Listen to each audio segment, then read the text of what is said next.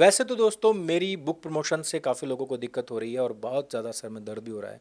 लेकिन अच्छी चीज़ है, कोई बैटिंग एप्लीकेशन नहीं है, प्रमोट तो मैं करूँगा और अभी तो और ज़्यादा करूँगा, क्योंकि अब आने वाला है एक ऐसा टाइम जब आपको इस किताब की बहुत ज़्यादा ज़रूरत पड़ने वाली है। तो free delivery, cash on delivery और किश्तों में अगर लेना चाहते हैं तो उस पर भी, और ख़ास तौर पर अमेज़न से अगर ख़रीदना चाहते हैं और उसमें भी एक बड़ी भारी छूट के साथ खरीदना चाहते हैं तो लिंक डिस्क्रिप्शन और पिन कमेंट में दे दिया है।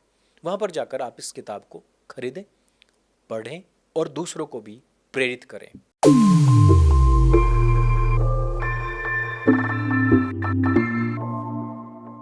दोस्तों मैंने पिछले वीडियो में आपको कहा था कि आड़ू जीवितम द गोट लाइफ, जिसमें कि पृथ्वीराज सुकुमारन ने बहुत अच्छी एक्टिंग की है। मुझे कई बार को लगा कि जब उनका वज़न कम हो गया है तो वो उनका कोई डुप्लीकेट होगा, लेकिन रियल में उन्होंने इतना वज़न कम किया था। और उनका जो भाई है हाकिम, जो बना हुआ है दोस्त, उसने भी काफ़ी वज़न कम किया था और उसके जो रियल फ़ोटोज़ थे वाकई में एक्सरे यानी कंकाल वाले हैं। तो ये नजीब की कहानी है, ये केरल की कहानी है। एक बहुत गरीब मुस्लिम लड़का है जिसकी शादी हो चुकी है, जिसको भी बच्चा होने वाला है, और उसको पता लगता है कि एक व्यक्ति है जो यहाँ से गल्फ़ कंट्रीज़ में लोगों को भेजता है। वहाँ से वो लोग पैसा कमाते हैं, घर वापस आते हैं, मस्त अपने घर बनाते हैं और वहाँ से पैसा कमाना बहुत आसान है। तो वो हेल्पर के रूप में यहाँ से जाता है। उसको जो लेने आने वाला व्यक्ति होता है उस पद का नाम होता है कफील, या कहिए कि वो जो उनका वहाँ पर सुपरवाइज़र होता है। जो यहाँ से दलाल भेजते हैं वहाँ कफील के सहारे ही भेजते हैं। तो कफील नहीं आता उनका, तो एक व्यक्ति होता है जो अपने लोगों को वहाँ ढूंढ रहा होता है। फिर इनको वहाँ पर भटकते हुए देखता है नजीब और हाकिम को।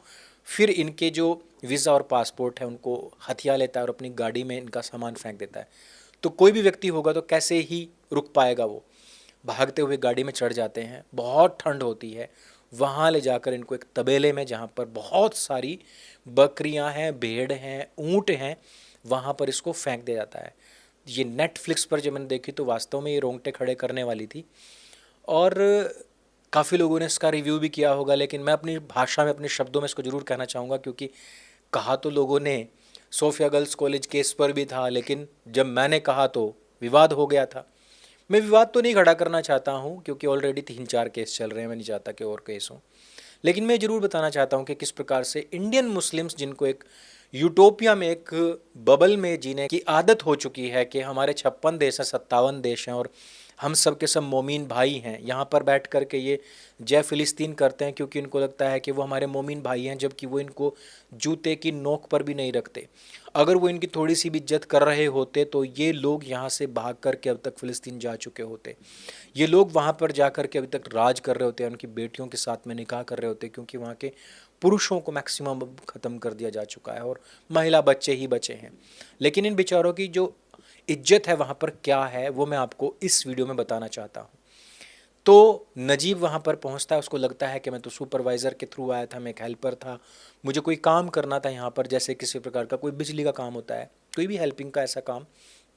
लेकिन वहाँ पर इन लोगों को कैद कर लिया जाता है, हाकिम को एक दूसरे तबेले में और नजीब यानी कि पृथ्वीराज सुकुमारन को एक दूसरे तबेले में। वहाँ इनको खाने पीने को भी नहीं दिया जाता, इनको सोने के लिए शेल्टर भी नहीं मिलता और इनको कोई ये नहीं कहता कि तुम हमारे दीनी भाई हो, ओ मुसलमान हो, लीजिए ये चटाई, अजान हो रही है, तुम नमाज पढ़ लो। पूरी की पूरी फिल्म के अंदर आप नजीब को एक बार भी नमाज पढ़ते नहीं देखते हैं। इवन बाकी मुसलमानों को भी आप नमाज पढ़ते हुए नहीं देखते हैं।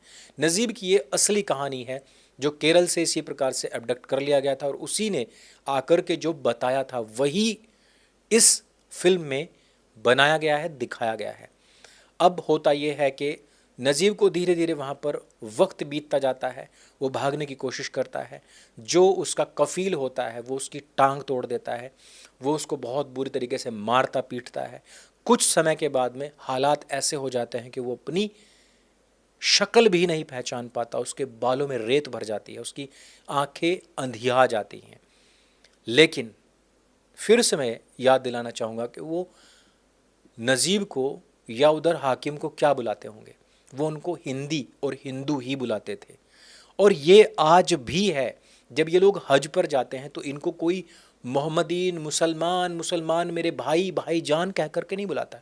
इनको हिंदू या हिंदी ही कह करके बुलाता है। ए हिंदी, जो भी कहते होंगे कि इधर आ या ये काम कर, ये औकात है इनकी वहाँ पर। लेकिन यहाँ पर ये इस प्रकार से कहते हुए आपको सुनाई देंगे कि हमने 800 साल राज किया है, राज करेंगे, और फिर दूसरी तरफ कहेंगे कि हम अल्पसंख्यक मारे जा रहे हैं, जबकि इनकी आबादी 24-25 करोड़ से भी ज़्यादा हो चुकी है। ये अल्पसंख्यक ना जाने कब तक रहेंगे।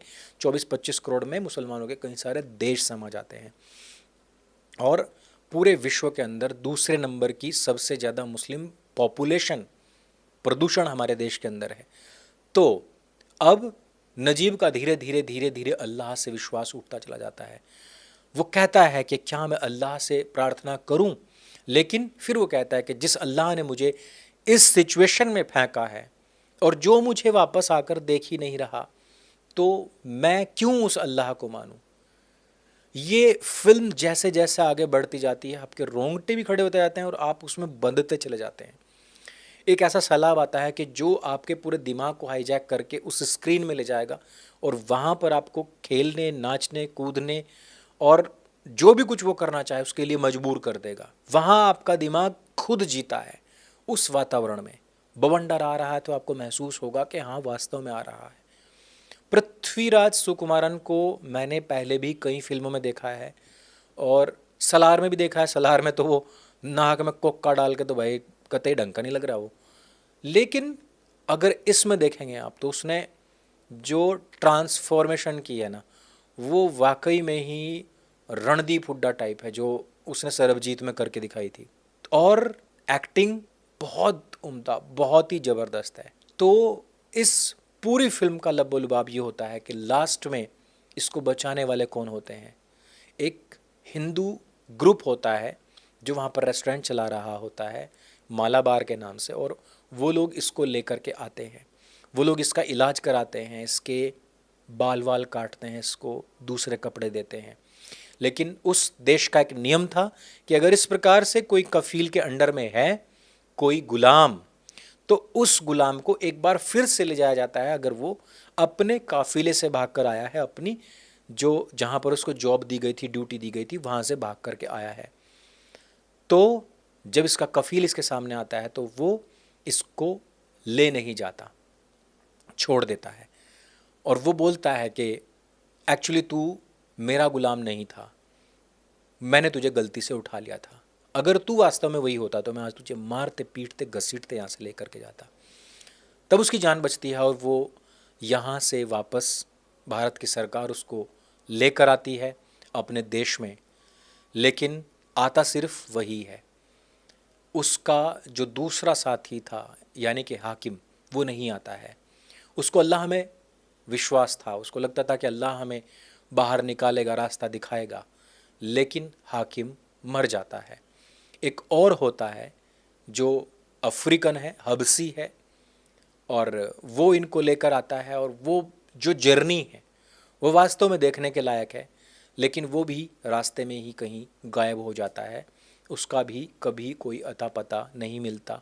उसको भी अल्लाह में विश्वास था, वो भी नमाज़ें पढ़ता था, लेकिन नमाज़ पढ़ते टाइम ही एक बहुत भयंकर दृश्य आता है।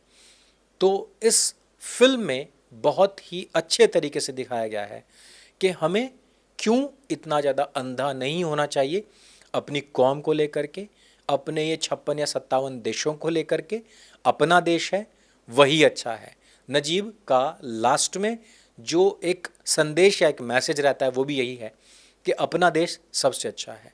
और ये संदेश उन लोगों के लिए है जो लोग हमेशा इस देश को गाली देते हैं। इस देश के सम्मान में 52 सेकंड तक खड़ा होना पाप समझते हैं। इस देश को गाली देना, भारत माता को डायन बताना, हमारी फौज को अलग अलग तरीके से अपमानित करने तथा स्लीपर सेल बन के पाकिस्तान जैसे घातक और शत्रु देशों का साथ देने वाले जो लोग हैं, उनको कम से कम ये फिल्म अकल देने का काम करती है।